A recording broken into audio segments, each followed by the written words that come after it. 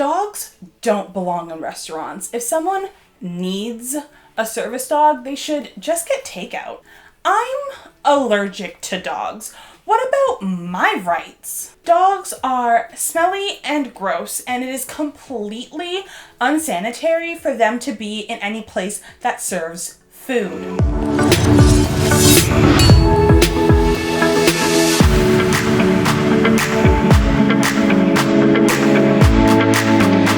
Hey guys, Dani here, and welcome to my little corner of the internet.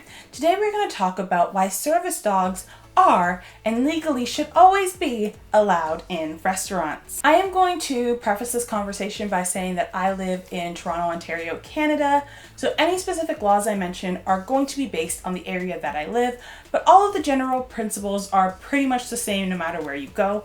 If you do want to break down on the Ontario service dog laws, I did recently make a video on that and I will link it up above. Let's start out super simple with what exactly is a service dog? Well, the broadest definition is a service dog is a dog that is specifically trained to mitigate a disabled person's disabilities. Here in Ontario, service dogs are required to be accompanied by a doctor's note, whereas in other places they are required to be task trained. The most important part here is that the person needs to have a disability. But it is important to remember that not all disabilities are visible, so you cannot tell if somebody is disabled or not just by looking at them. The second part of this is that the dog has to be trained, meaning well behaved. The second part of this is that the dog needs to be trained, meaning that if they are coming into a restaurant, they need to be well behaved. You may also encounter service dogs in training, meaning that these dogs are still learning. And depending on where you live, service dogs in training may or may not have the same public access rights as fully trained service dogs. It just depends on where you live. Here in Ontario, once you have that doctor's note, they are considered a service dog and they are allowed all the same public access rights. So why exactly should they be allowed in restaurants? Well, in most places, service dogs are considered medical equipment. They are given the exact same rights as a wheelchair. They are there to help their handler with their disability and help mitigate that disability. That means that when that handler walks up to the restaurant doors, their disability doesn't just magically go away. Just like if somebody in a wheelchair shows up to a restaurant, they aren't just going to be able to necessarily magically get up and just leave the wheelchair outside. They need it, that's why they brought it. Using that same analogy, in the same way that you wouldn't complain if a wheelchair user inconvenienced a restaurant by taking up more room with this wheelchair than a normal seat would, you should not complain about a service dog inconveniencing a restaurant by being there. Because just like the wheelchair, they are medical equipment and they are needed. I'm going to say it again for the people in the back. A disabled person's disability does not disappear at the door. When you deny a disabled person access to a restaurant because of their medical equipment, you are in actuality discriminating against that person because of their disability. And that can and will lead to that restaurant being sued because discriminating is against the law. When exactly can a restaurant deny access to a service dog? Well, the only time a restaurant can really deny access to a service dog is if the proper proof is not shown that the service dog is a service dog in accordance to the laws of that area. So here in Ontario, like I mentioned before, we need the doctor's note. If a handler walks up with their service dog and they do not have their doctor's note, then you can then deny them access because the dog is not a service dog without the note, if that makes sense.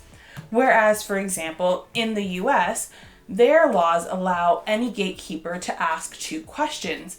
If the handler cannot answer those 2 questions, you can then deny access because then it's not a service dog if you can't answer those 2 questions. Those are the only times that you can really deny access because you can deny access to non-service dogs. So depending on the local laws, whatever is required to be, whatever is required as proof of service dog status is what you're allowed to ask for, and if that person cannot provide that, then yes, you can deny. So it is extremely important for the restaurant to be aware of the local laws. The other way a restaurant can deny access of a service dog is if that dog is misbehaving or causing safety concerns. And by safety concerns, I mean things like lunging at other customers, lunging at staff, things along those lines. What is not considered a safety concern is some other guest or patron or staff member being allergic to dogs and or uncomfortable with dogs. A service dog in a restaurant should be well behaved. They should be under or beside the table, and they should not be begging or trying to steal food. Now I'm going to answer some frequently asked questions that I kind of mentioned in the very beginning of this video. If a person is disabled, why don't they just get takeout? That disabled person has just as much right to a night out as anyone else. They are required to be accommodated. Just like if somebody with an allergy wants to go out to a restaurant, it is expected that they would be accommodated and not given food or have cross-contamination with food that was gonna make them have an allergic reaction. It's basically the same thing. So just because you're a little bit different or you have a disability doesn't mean that you should be shut in your house and never leave it. What if one patron has a service dog and another patron is allergic to dogs? Well, the restaurant should do its best to accommodate both people. The person who is allergic can take an antihistamine or ask to be moved to a different table that is further away from the dog.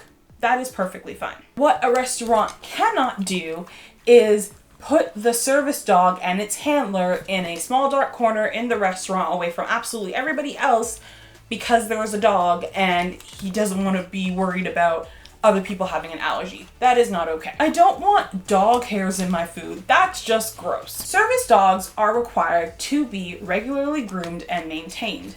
There is no more or less chance of dog hair getting into your food if a service dog is in a restaurant than if somebody who owns a pet at home has pet hair all over their clothes and comes into the restaurant. There's nobody monitoring or controlling that situation, so it's basically the same thing.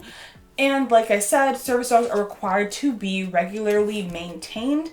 They need to be clean, groomed, brushed, all that kind of stuff. So there should be no problems with dog hair magically landing in your food. I hope that this answers all of your questions about why service dogs are allowed and should be allowed in restaurants. If you have any further questions, please feel free to ask them in the comment section down below. Otherwise, please give this video a thumbs up and consider subscribing, as it does help this channel to grow. I will see you guys again next time. Bye.